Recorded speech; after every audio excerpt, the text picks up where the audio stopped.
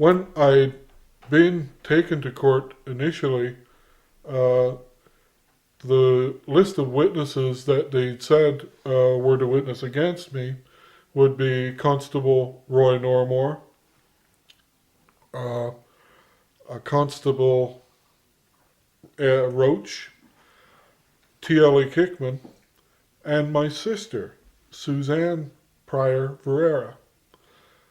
Uh, that surprised me. My sister, when she was pregnant, was very toxic. My girlfriend and I then, now my wife, were watching TV.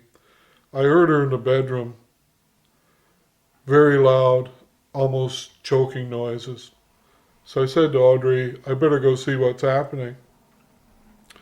She was toxic, was having an epileptic fit apparently, and had her tongue bitten coal black, and then nearly bit half in two. So I got a spoon, put in her teeth so she wouldn't bite her tongue off, and promptly went to the neighbor next door, Lloyd Price, then to another neighbor, Claude Miles. I couldn't lift her. She was my sister, but I couldn't lift her. So I needed the two of them to help me take her to a car and get her to the hospital. So they did. And I said to the doctor, Sir, why couldn't I lift my sister? And he said, you just saved her life. She was a dead weight. And I said, yeah. And he said, oh, yeah. 5 more minutes and you wouldn't have had a sister. So I said, oh, yeah. So the next day I went to the hospital to visit her, and Audrey came with me again. Uh, our mother was there. And I was promptly told, look, I didn't ask you to save my life. You get the F out of here. And my mother says, yeah, you better get out of here because you're just annoying her. And she's sick now, so you get the F out of here. So my girlfriend Audrey and I left. I was surprised that she would witness against me in a court to say I'm lying. She knows it's true. That was in 1968. This was the second child, Aaron. The previous child, Marjorie, was from Hickman. The second child, Aaron, it's possibly from Hickman or Bill Matthews and his friends. It's possible either way. They were all having sex with her by 68, 69, both of them. She was supposed to be a witness in court against me. When it came to time for her to come to court, Elaine Reed of the Crown Prosecutor's Office said that she was refusing to come and witness, and they wanted to videotape her and have a videotape as a witness. And I said, no, I object to that. If my sister is going to lie on the stand, I want her to look at me and tell me in a courtroom that I'm lying and she's not. So unless she comes here and witnesses in a court and faces me with the truth, then I'm not accepting any videos. And the judge said, well, unless there's a medical reason and letters to support that, then no, she must come to court and witness.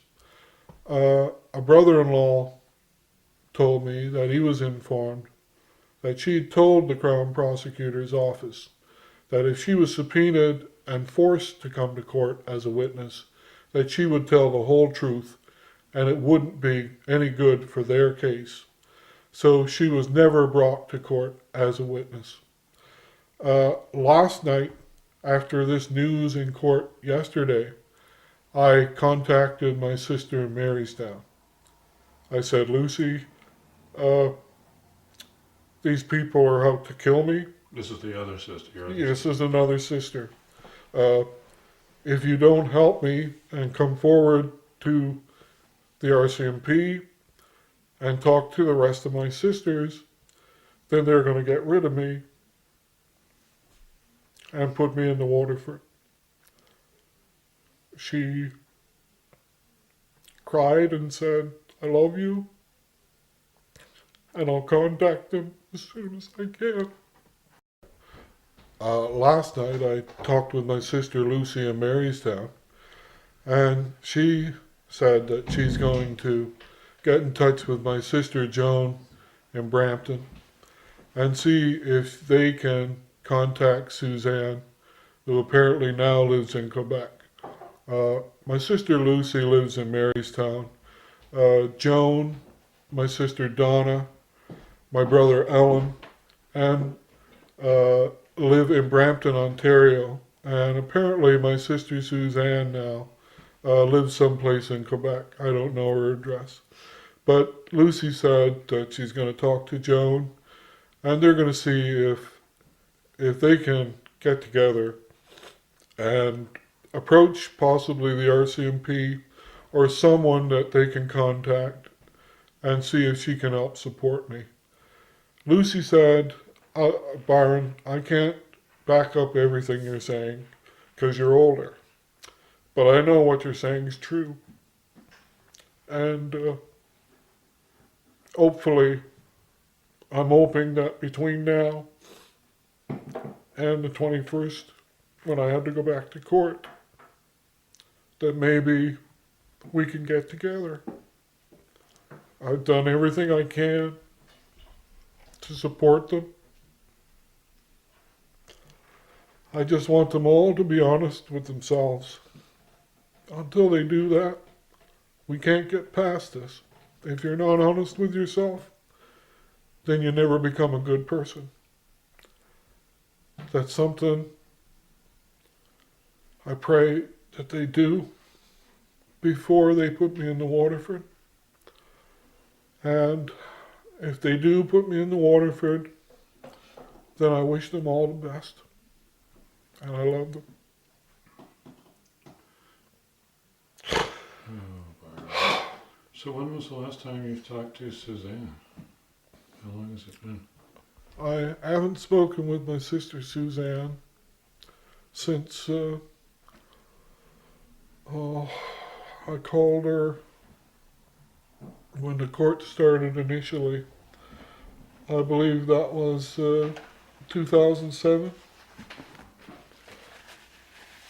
I called her at her office in Toronto and spoke with her for about an hour. I asked her then, Suzanne, please help me out here. And she said, Byron, if you want to pursue Ali Kickman, you're going to have to do it on your own. I'm not going to help you. That was in 2007, I believe. And that's the last time I spoke with her. What reason did she give? She didn't give me a reason. She just said, you're on your own.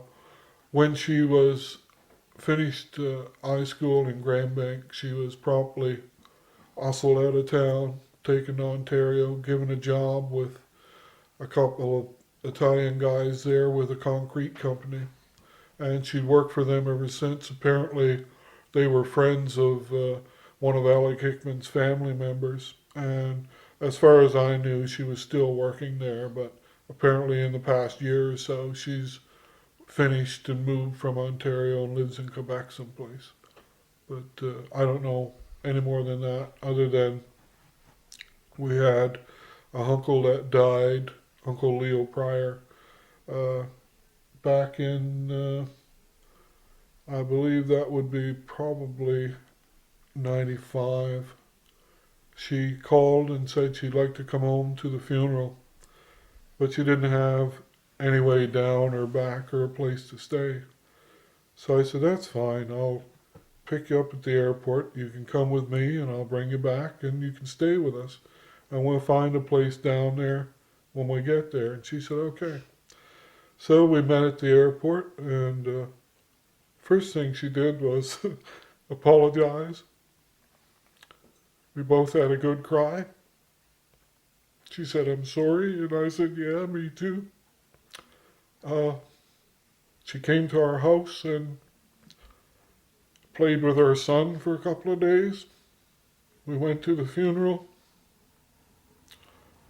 and came back, and I thought, well, I got my sister back.